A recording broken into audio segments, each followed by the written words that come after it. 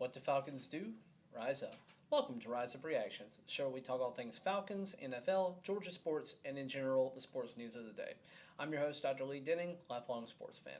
So, today, I know I had said that I was going to push this off for as long as possible. I think I have enough information to go off of preemptively here to go ahead and cover the AFC North division today and my predictions for them.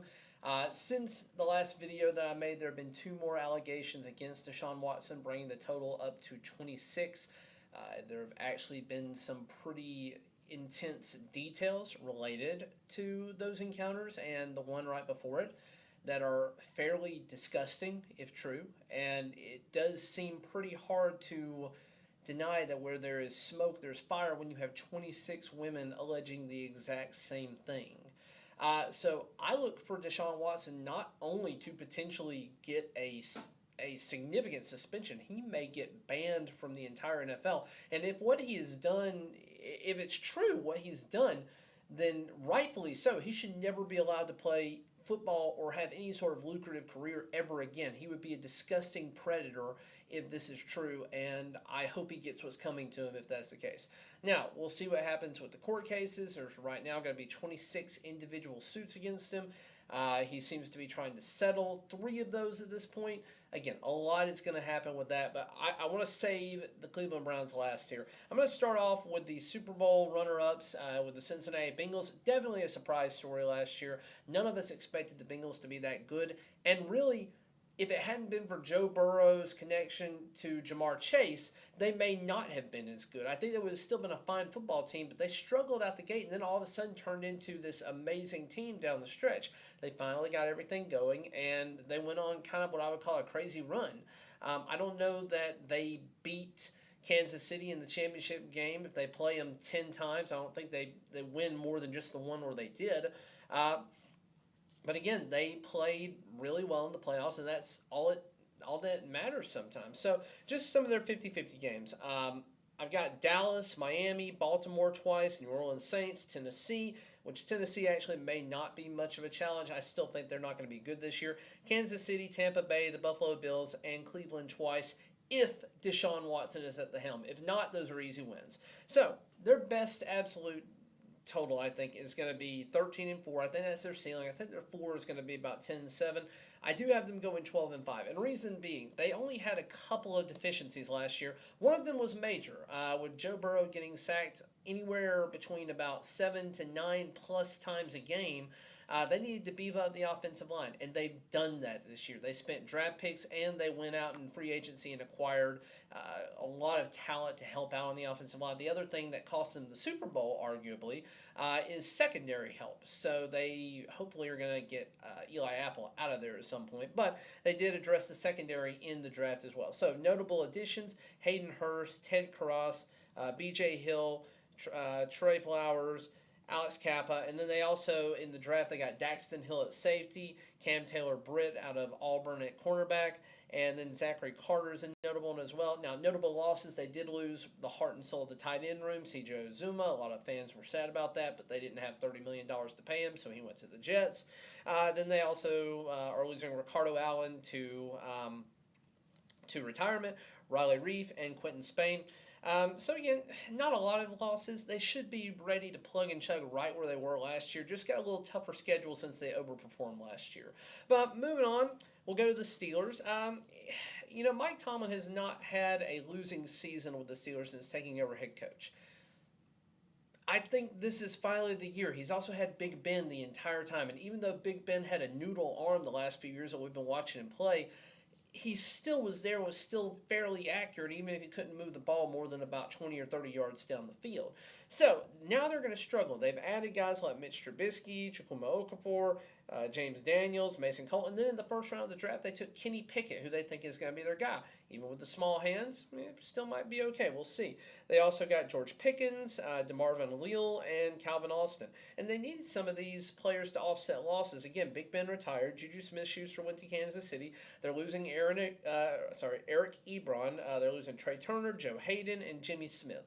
So, fair amount of things that need replacing there. They're 50-50 games. I still don't think they're going to be very good overall this year because you've got the quarterback battle being Mitch Trubisky and rookie Kenny Pickett, and you've lost your best wide receiver in Juju Smith-Schuster. You'll still have Chase Claypool. You'll still have Deontay Johnson. There's still going to be some value to go around. I am personally, from a fantasy standpoint, downgrading those guys a little bit. But with Big Ben, we knew there was going to be a ton of volume. You still have Najee Harris there, who's going to be taking not only targets, but he's going to be the primary back. So I don't know from a fantasy perspective what you can expect from Pittsburgh this year. But, I think their ceiling, just looking at their schedule, they had to play Cincinnati twice. They got to play Baltimore, the entire AFC East, the NFC South, Las Vegas, Indianapolis, the Philadelphia Eagles. It is not an easy schedule. And I think their ceiling actually is going to be still a losing record at 8-9. I just don't see them doing well this year. I think next year they'll be a lot better. They will be very competitive, and they certainly could outperform that and maybe even be 10-7. But I don't see that happening. I don't look for them to be a playoff team this year. Especially looking at the two workhorses in the division in Baltimore and Cincinnati.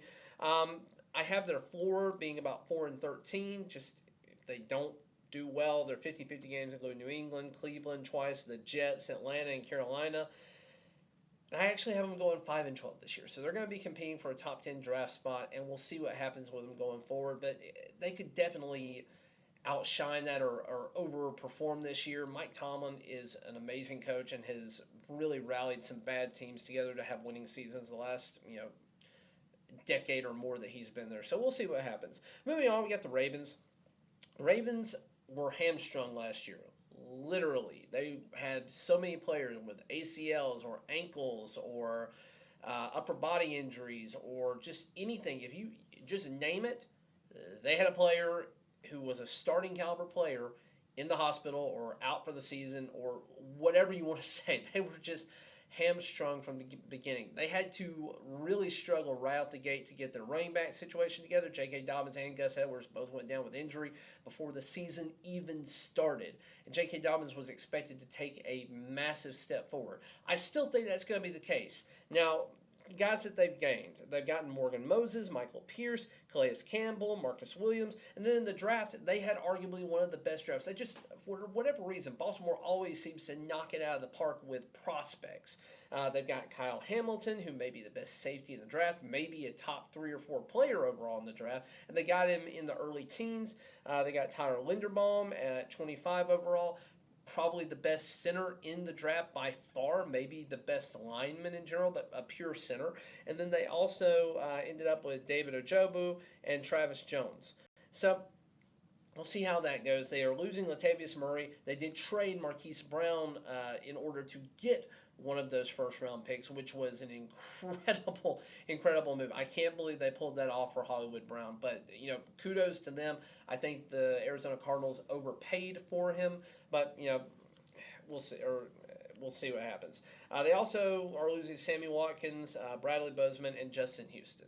So their 50-50 games include Miami, Buffalo, Cincinnati twice, Tampa Bay, Denver, and the Saints. They have a fairly easy schedule otherwise, so I think their ceiling is about 13-4 with a floor of about 9-8, and really you could even argue for 10-7 as a floor. I do have them going 11-6, losing several of these 50-50 games, just because I think some of the other teams are going to have intangibles on their side, or the away versus home aspect of it. So going to be a tough year for them, but they could easily surprise us and win the division, where I think it is going to be Cincinnati and them competing, but you never know. And then finally, you've got the Browns, and oh boy, the Browns. On the one hand, you have an amazing general manager move, getting Amari Cooper for a 5th-round pick from the Dallas Cowboys. When you compare that to the Tyreek Hill trade, the Devontae Adams trade, that is a phenomenal move for a guy that's probably a top 15, top 20 receiver in the league right now. Now, it looks really good when you're either going to have Baker Mayfield or Deshaun Watson throwing to him, but then you turn around and you make this bonkers trade to Houston and guarantee $230 million, all guaranteed money, to a quarterback with so many allegations against him. And it seems like they did not do their due diligence because just more and more and more keeps coming out of the woodwork. So again, I initially didn't know what was going to happen with Deshaun. I don't see how the NFL gets away with as little as they have gone with to suspend players in the past or to do 6-game, 8-game, season-long suspensions. I don't know how you get away with this. They just gave Calvin Ridley 1 year for betting on games he wasn't even involved in. How do you not how do you not suspend or just kick this guy out of the league if all this is true? Even with just the allegations, how do you not suspend him for a significant amount of time? And the precedent is do that and then deal with the consequences later. This guy has more allegations than almost any player before him has about sexual misconduct. So I don't understand how the NFL can just sit back and continue to gather information. Maybe there's something that we're missing. Again, a criminal jury or grand jury decided not to indict Deshaun Watson, so maybe there's not enough there criminally. I don't know. He needs a better legal team, but we'll see what happens with him. So this is the tale of two Browns. Their schedule really isn't all that difficult. Their 50-50 games include Carolina, Atlanta, Pittsburgh twice, New England, Houston, and the Commanders, and then, the Commies. I'm going to call them Commies forever. Then you're left with an interesting dilemma. There's a lot of games that they will be more competitive in if Deshaun Watson plays with Amari Cooper, with Nick Chubb, with David Njoku likely going to break out this year, with Donovan Peoples-Jones.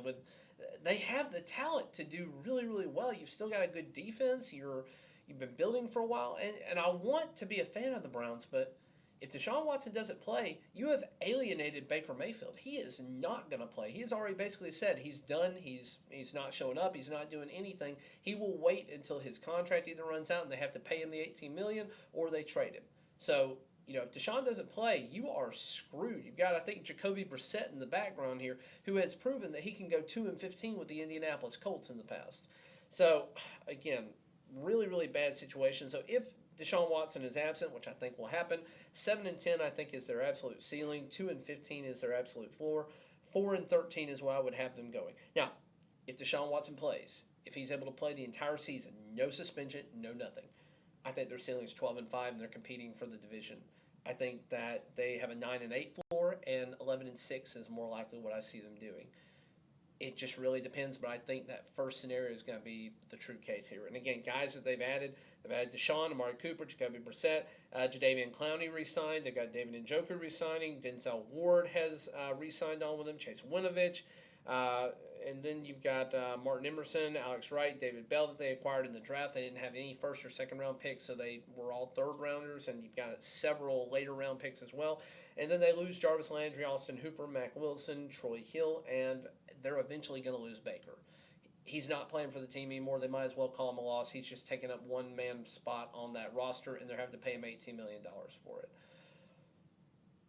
It's going to be a bad year for Cleveland if Deshaun Watson doesn't play, and they have really dug themselves into this hole. They have made their bed, and they have put all their eggs into the Deshaun Watson basket. I think all of those eggs are about to fall off a cliff and crack and explode on the way down.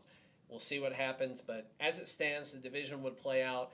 Cincinnati and Baltimore kind of jockeying for position at number one. I don't know who's going to win the division, but I predict Cincinnati will be just a little bit better since they have the least amount of players losing and the fewest holes that have now been filled.